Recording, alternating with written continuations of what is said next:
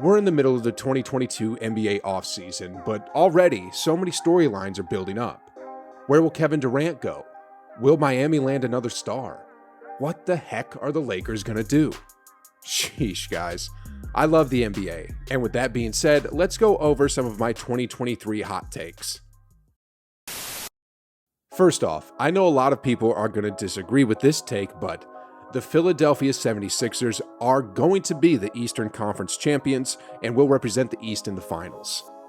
People say James Harden isn't the player he used to be, that he's washed and this and that, but the truth is, he just came off a season where he was recovering from a hamstring injury while dealing with all the dysfunction happening in Brooklyn. And then even through all that, the man still nearly averaged a 21-point triple-double. My goodness, guys, this man is still a beast. In 2023, I predict the following for the 76ers. Harden is going to be playing at an all-NBA level, Joel Embiid is going to be playing at an MVP level, and Tyrese Maxey is going to be playing at a borderline all-star level.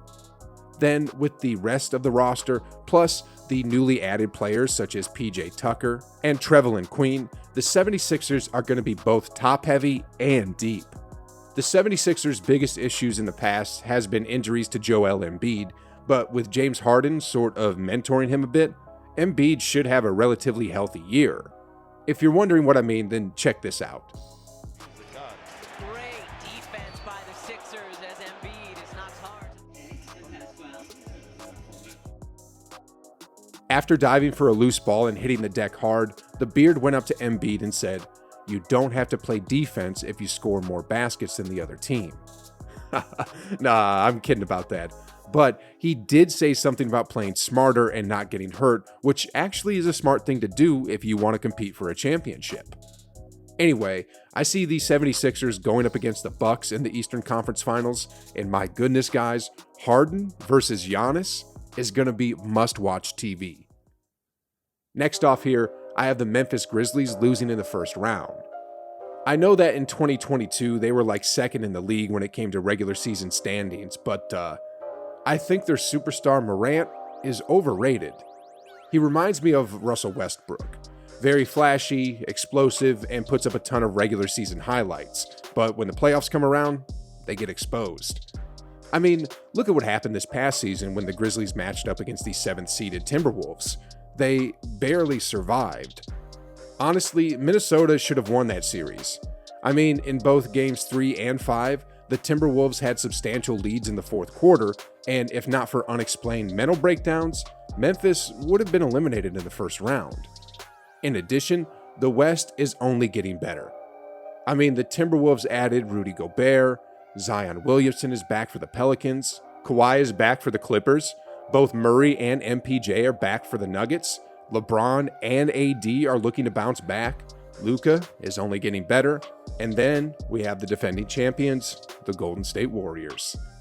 If Memphis matches up with any one of these teams in the first round, I'm going to DraftKings to double my earnings for the year and go on an all-expense-paid vacation, courtesy of the Grizzlies.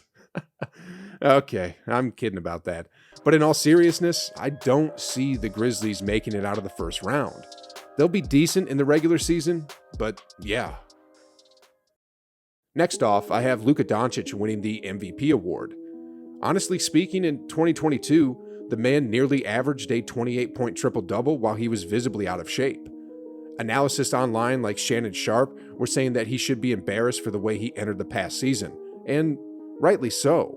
Still though, despite physically not being in the best condition possible, the man put up LeBron James-like statistics, made the All-NBA first team, and single-handedly eliminated the number 1 seeded Phoenix Suns from the playoffs.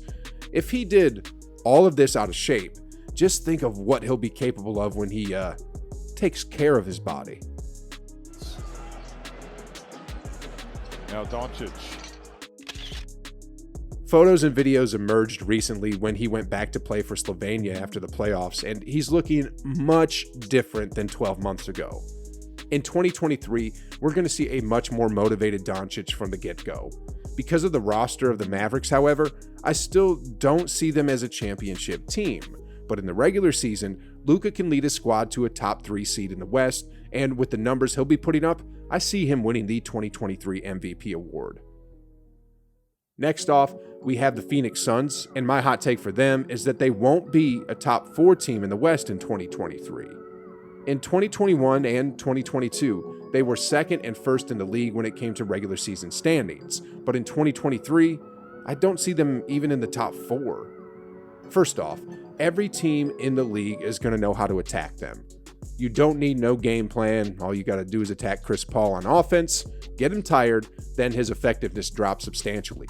This was exploited in the 2022 playoffs, and the whole league saw it. I mean, a New Orleans Pelicans team minus their best player in Zion already pushed them to 6 games, and then a Luka-led Mavericks gave them one of the worst beatings in NBA history. And before I even forget, they're going to have chemistry issues with their other star, DeAndre Ayton. If you remember back in that deciding Game 7, Monty Williams benched him for huge portions of that game and later told reporters that there are quote-unquote internal issues. Then, after the season finished, the Suns refused to give him the max extension, and it wasn't until Indiana almost signed him that the Suns finally caved in and paid him what he was looking for. Lastly here, in addition to the problems I just mentioned, although the Suns aren't the defending champs, they're going to have targets on their back. I mean, they were the number 1 seed in the league last season, and they trash-talked like crazy along the way. Teams are going to be gunning for them every night, and although they'll still make the playoffs in my opinion, they won't be a top 4 seed in the West. And lastly, for my last hot take, it's going to be about Golden State. The 2023 Golden State Warriors are going to completely dominate the league, repeat as champions, and win another Larry O'Brien trophy. Let's look at the facts. The Warriors just breezed by a Mavericks team that beat the number 1 seeded team in the league.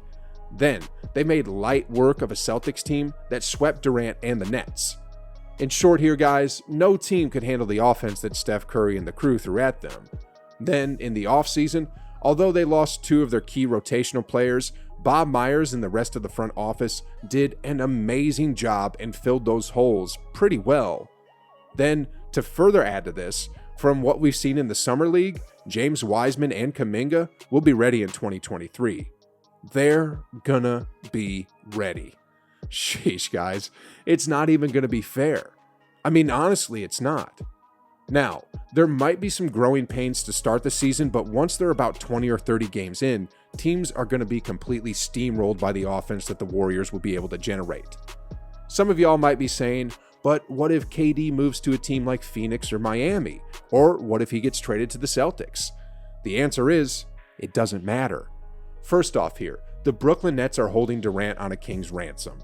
I mean, for the Celtics, I think the Nets wanted something like both Marcus Smart and Jaylen Brown, plus rotational pieces like Grant Williams and Derek White, and then after all that, they want multiple future draft picks. Oh my goodness, guys. Why not just ask for a 30% stake in the Celtics ownership as well? Secondly, even if Durant gets traded to any of those teams, they're not going to win. I mean, look, if he couldn't beat the Warriors back in 2016 when he was paired up with a prime MVP caliber version of Russell Westbrook, he's not going to beat the Warriors now. The 2023 version of Golden State is still light years ahead of the next best team when it comes to the playoffs. And I just hope they earn enough revenue for Joe Lacob to open up his wallet and keep the team together.